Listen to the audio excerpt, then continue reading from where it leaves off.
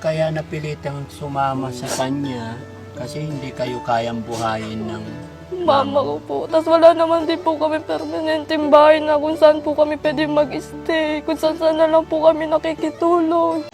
Ingat kayo, baka may madulas, medyo mabato-bato. Alalayan mo si, medyo senior ang lakad.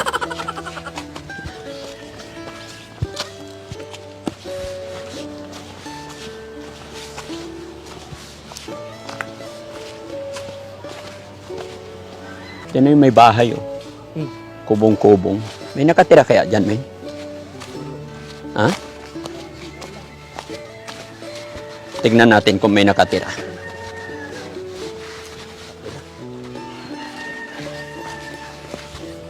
Pero bakit puro tolda lang, no? Bundok talaga dito, no? May tao. Tao po. Tao po. Ay, hello. Hello po. Kayo nakatira dyan? Opo. Pwede pumasok? Ay, sige po. Ay, tara pa. Ang taas ng gate. Ay, hello. Magandang araw. Ganda din po. Galing kami dyan sa taas, sa tuktok. Na padaan lang. Bahay niyo to? Opo. Tagal na kayo nakatira dito? Mga ilang buwan na din. Bakit dito kayo nakatira? Ikaw, bahay mo? Bahay po na. Bahay niyong dalawa. Ilang taong ka na? 18 po. Sandali lang. Pwede bang i-dikit ko to sa'yo? Sige po. Ano pangalan mo? Rachel po. Rachel. 18 years old. Opo. Siya, kapatid mo? Hindi po. Ano mo siya? Para ano po, asawa po. Asawa. Opo. Sorry. Kinakasama po. Kinakasama. Asawa na. Opo. Anak mo. Kapatid ko po. So, ganito bahay nyo? Opo. Hindi ba nababasa pag umulan? Nababasa po, tumutulo. Na tumutulo. Opo. Bakit ang daming yung ang daming balot? Po, kasi po wala po kami mga lalagyanan po eh. Lalagyanan. Lahat po mga nakuha din po sa dam site. Tapos, sinong gumawa ng bahay? Kayo? Kami lang po dalawa. Oh, buti naman marunong kayong gumawa ng bahay nyo. Opo. Pero ba't ganun? Di ba 18 ka pa lang? Opo. Minor de edad pa? Wala po sa ano din po sa hirap po. Ano ba hanap buhay nyo? Sa dam site lang po. Namamasura. Opo. Kasama mo siya. Opo. Ano pangalan? Nene. Nene po. Nene. Wag mo sana mamasamain. Tumboy. Opo. Oh, sorry sa word na yun, ha? Huwag kang magalit. Pwede bang Ay, sige po. Maabala ko na kayo. Pwede bang kausapin ko kayo? Opo. Po kayo rito? Sige po. Di po po. Oh, sige. Sige na, okay lang. Wag mo na linisin. Sanay Sige kami po. diyan. Ay, lapit ka dito. Magtabi kayong dalawa. Maganda. Ayan, sige diyan kayo. Ayan, para hindi maaarawan. Ayan, mga kababayan, tingnan niyo po yung bahay ng mag-asawa na natagpuan natin dito sa bundok. Ayan. Tapos si ate, kumusta ka natin? Ba't ang tahimik mo? May problema ka? Tabi ka dito? Ano mo siya? Kapatid po, bunso. Kapatid. Ilan kayo magkakapatid? Ano po, 7. Pinaampon po yung baby. Pinampon yung bunso? Sa sobrang kahirapan po, tapos nasabayan pa po ng pagkapatay ng tatay po namin. Namatay ng tatay nyo. Cardiac attack po. Asan ang nanay nyo? Nasa Bulacan po. Kasama po yung kapatid ko pong isa. Tapos dito, kayo lang ng namumuhay dito. Opo. Nakakaya naman po eh. Sa pangangalakal ba? Opo, sa pamamasura po. Ikaw, nakapag-aral ka? Nag-aaral ka ba? Opo, 2 po kami. Kaso po, isang araw lang po sa isang linggo. Pagpasok po. Ay, ba't ganun? Kasi po, mahal din po kasi pamasahe po eh. Saan ka nag-aaral? Sa Teresa po, elementary. Anong grade ka na? Panggaba po, ALS po. Ha? ALS po. Ano ibig sabihin nun? Ah, Yung mga hindi po nakapag-aral po ng matagal, Oo. para doon natin po mag-ano sa algebra diretso po. para makahabol. Opo, makahabol po. Paano nangyari? Bakit magkahiwalay kayo ng nanay mo? Tapos ano, pwede ba ikwento mo sa akin ano ang buhay ninyo? Kasi po, simula po nung namatay po yung tatay ko, kumbaga po parang watak-watak na po kami magkakapatid dahil sa kahirapan. Yung nanay ko po, nag-extra po maglabandera kasama po ako noon. Hanggang sa nag-ano po, wala naman po kami permanenteng bahay na nakikitira lang po kung saan sa mga kapitbahay po. Then ayun po.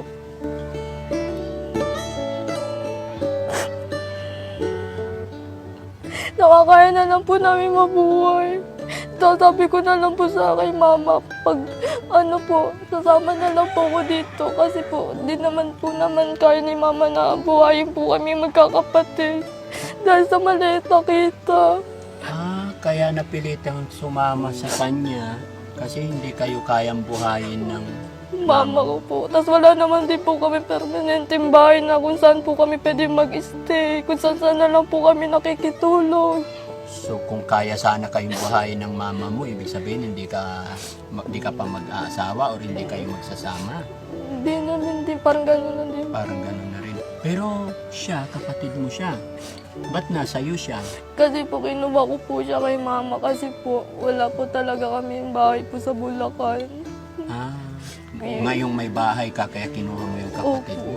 Kasi po yung mama ko po kung saan na lang po nakikitulog, pati din po yung kapatid ko. Napakabait mo naman kapatid mo. Naawa na din po kasi ako sa mama ko eh.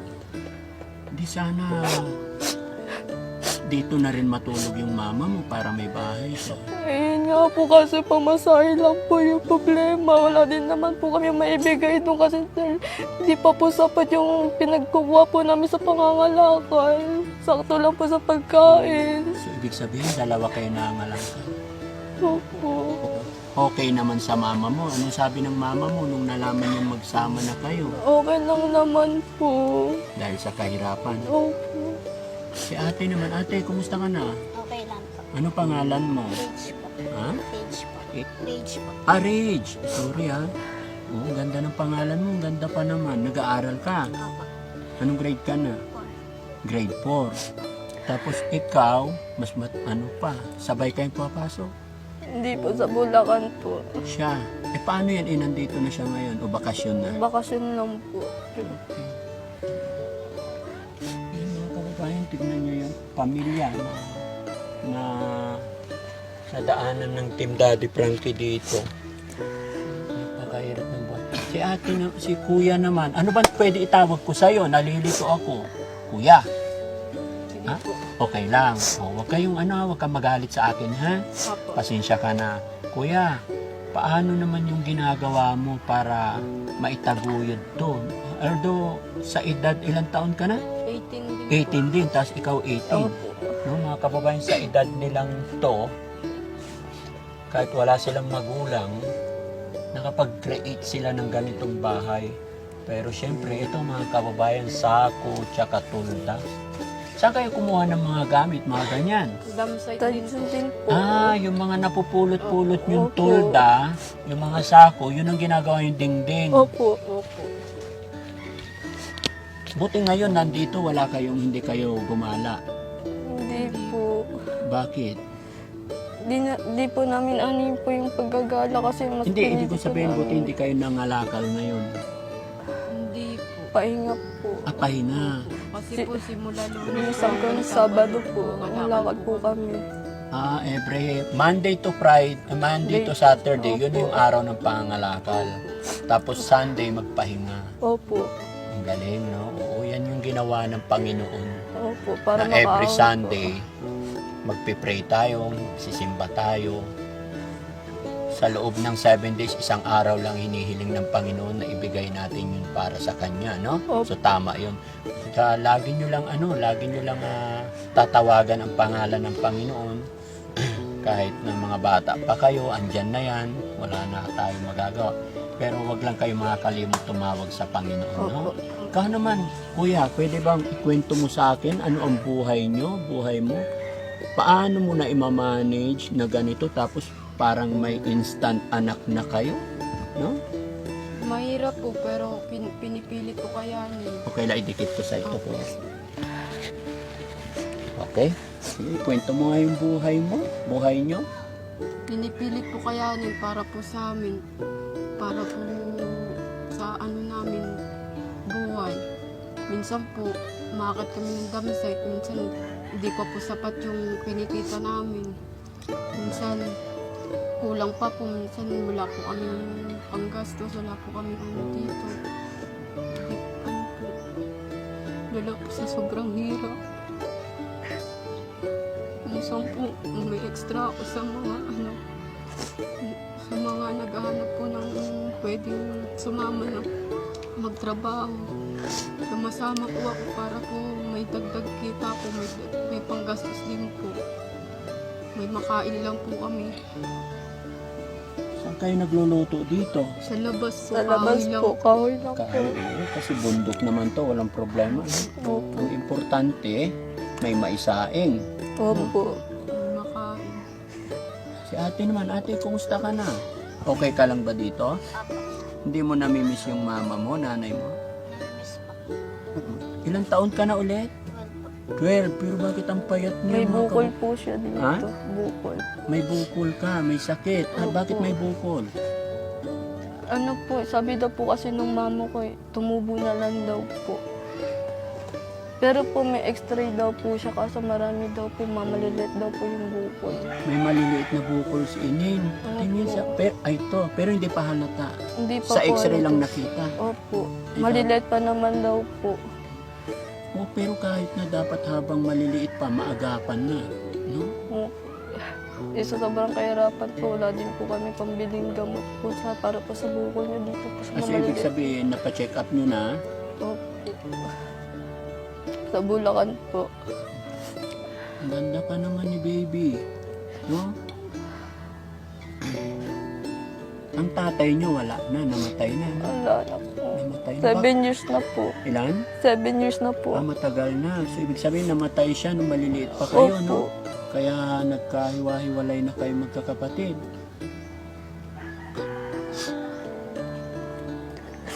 Paano yan? Magpapasko pa naman, no? Opo. Namimiss na nga po namin yung tatay po namin eh. Namimiss mo ng tatay mo. Naiingit nga po ako sa iba eh. Sila po may natatawag po silang tatay. Samantalang po kami wala. Nakatingin lang po kami. So, mula nung namatay ang papa nyo, nagkahiwa-hiwalay kayo. Opo. Yung mga kapatid mo, mga ilang taon na sila? 21 po. 21 yung panganay. Opo. So, ikaw, pangatlo ka?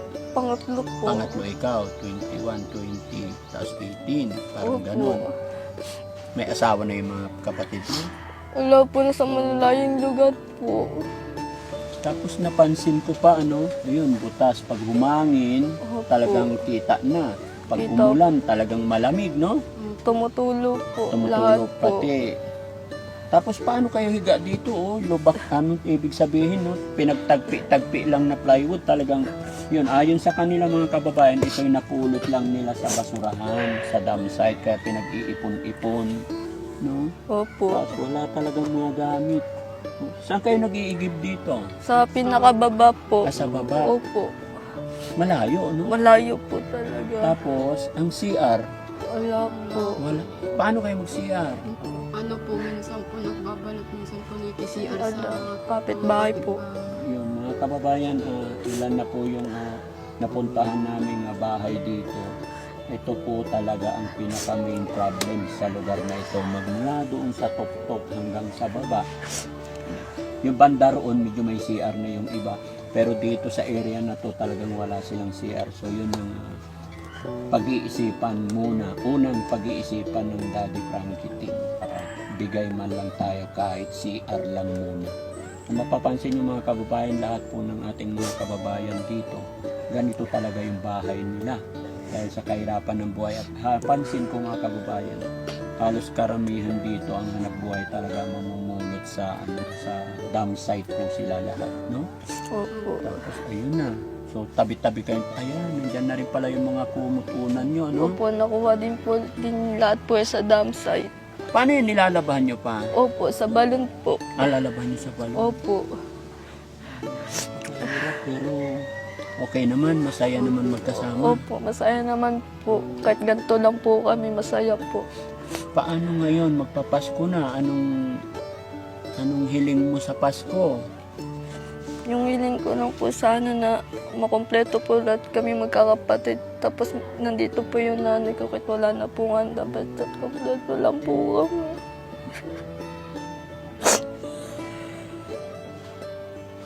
Ayun lang po yung hiling ko. Gusto mo makompleto pamilya? Kasi dito po yung mama ko kahit wala na po kaming handa. Basta kompleto pamilya. Opo. Kahirap naman ang kalagayan nito mga kababayan, pati ako nagkakaroon. Tipong papasko na, tapos kita mo walang-wala talaga. Pero hindi nila iniinda yun. Okay lang wala silang handa raw, ayon sa kanya. Basta makumpleto ang pamilya. No? Ipag-pray mo, mag-pray ka lang lagi. Opo. Sana marinig ni God yung panalangin mo. Magkaroon ng himala na may darating na blessing sana para sa inyo this coming Christmas. Kaya ako naiiyak eh. Hindi ko alam kasi alam nyo, ramdam ko kung ano yung hirap ng walang magulang, watak-watak ang pamilya. Si ate, ikaw, anong request mo sa darating na Pasko? Sana po magkabuo po yung pamilya namin. Sana mabuo rin yung pamilya nyo. Laruan, baka may gusto kang laruan? Wala. Yung Mabuo po yung pamilya namin. mabuo lang pamilya. Yun lang ang gusto mo, yung mabuo yung pamilya. Ate, pwede kang manawagan sa ating mga kababayan? Pwede kang manawagan, humingi ng tulong. Christmas.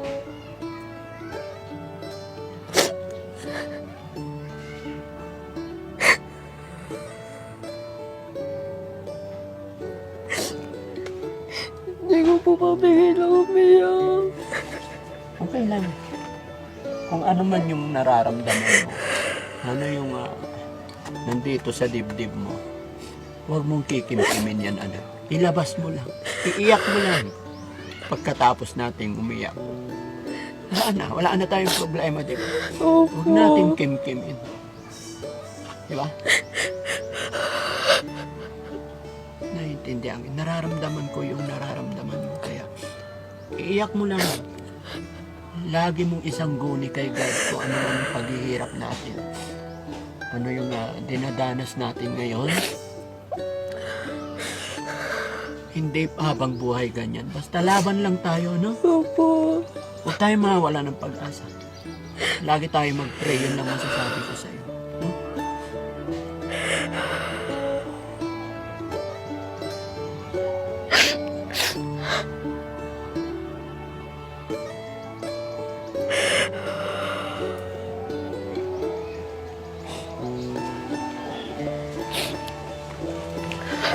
Pati ako naiyak din eh.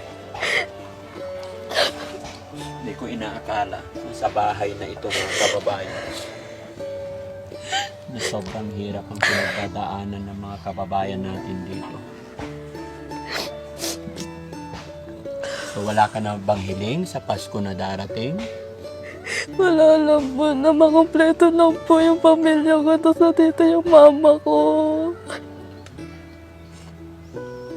Ayun lang po. Masaya na po ako sa hiling ko po niyon. Sige. Ayan walang kung saan at paano ko sasabihin.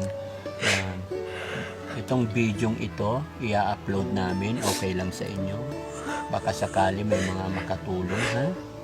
baka may makapag-abot ng kaunting tulong this coming Christmas.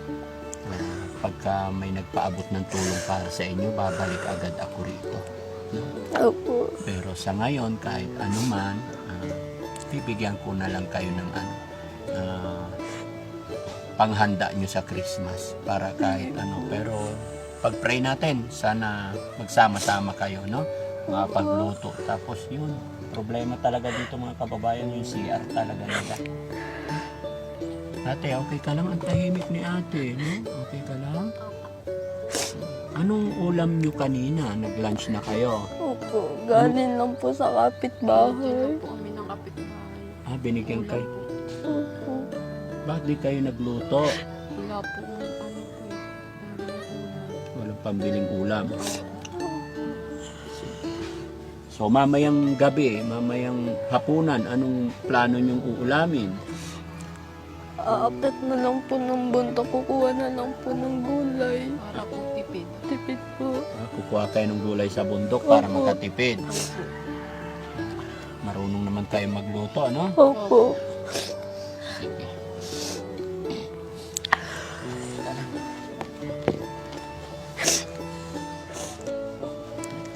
May kaunting pera si Daddy Frankie dito. Sana makatulong to sa inyo, no? Basta yung sinasabi ko, wag lang kayo mawala ng pag-asa. Opo.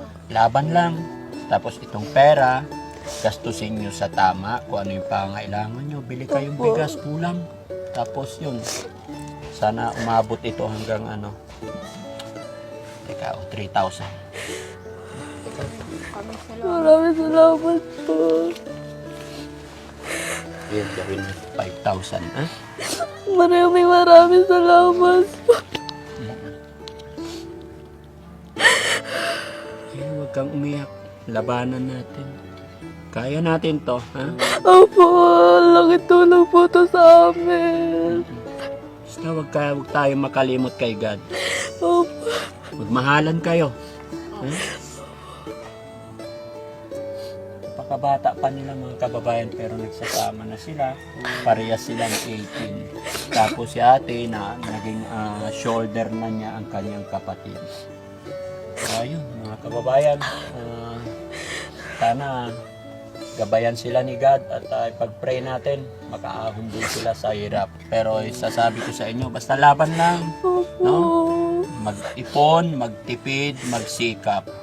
Habang may buhay, may pag-asa. Huwag tayong mawala ng pag-asa, no? At sisikapin kong babalik-balik dito para makapag-abot na kahit konting tulong sa abot na makakaya ni Daddy Frankie, no? Opo. Yun. So, maraming salamat, ha? Maraming salamat din po. Pasalamatan natin mga kapatid yung aking mga follower, supporter, subscriber. Kasi po, sa araw-araw na pagtulong ko sa ating mga kababayan, hindi lang po 1, 2, 3 everyday ang tinutulungan ng Daddy Frankie, ay hindi ko magagawa yan kung hindi rin sa tulong ng ating mga kababayan, mga OFW. Kaya tulungan nyo rin ako, magpasalamat tayo sa ating mga kababayan. Sige. Maraming salamat po sa mga followers na tumutulong po sa amin, lalo na po kay Daddy Frankie. Maraming salamat po talaga sa tulong niyo po.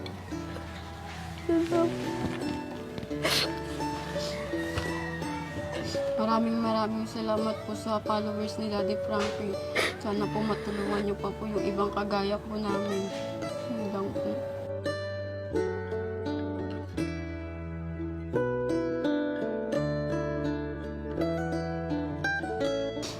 Ate, si ate ang tahimik. Anong masasabi mo, ate? Ikaw, ate, gusto kong marinig yung yung side mo. Ano yung nararamdaman mo ngayon? Nahihirapan ka ba? Nahihirapan po. Bakit ka nahihirapan? Kasi po ganito po yung sitwasyon po namin. Gaano kahirap yung nararamdaman mo? Sobra po. Sobrang hirap. Opo. So, nandito ka lang sa bahay. Anong ginagawa mo? Anong pinagkakaabalahan mo? Naglilinis po ng bahay, tapos po nag-uurong. Nag-uurong, pumapasok. Buti hindi ka pa pumupunta sa dam site. Hindi po. Hindi pa, oo. Mag-aaral ka, ha? Opo. Sige, pilitin mo mga pag-aral, ha? Opo. Sige, salamat sa inyo, ha? Pasensya na sa abala. Salamat at nakilala ko kayo. Maraming Salamat din. po. Ayan. So ayan mga kababayan, mga kabarangay, maraming salamat na naman po sa araw na ito. Ginabayan tayo ng Panginoon kahit na malayo ay talagang nararating natin itong mga kababayan natin dito sa bundok at nakapag-abot na naman tayo ng kaunting tulong pinansyal. So mga kababayan, walang humpay na pasasalamat ni Daddy Frankie sa inyong lahat po. Lahat po ng mga taong tumutulong, lalong-lalo na sa ating mga kababayan OFW. Laging sinasabi ni Daddy Frankie, hindi ko magagawa ito kung hindi rin po sa inyong tulong, hindi sa inyong pag-share ng mga videos natin. Kaya maraming salamat po. Mabuhay po tayong lahat and God bless po. Love you all.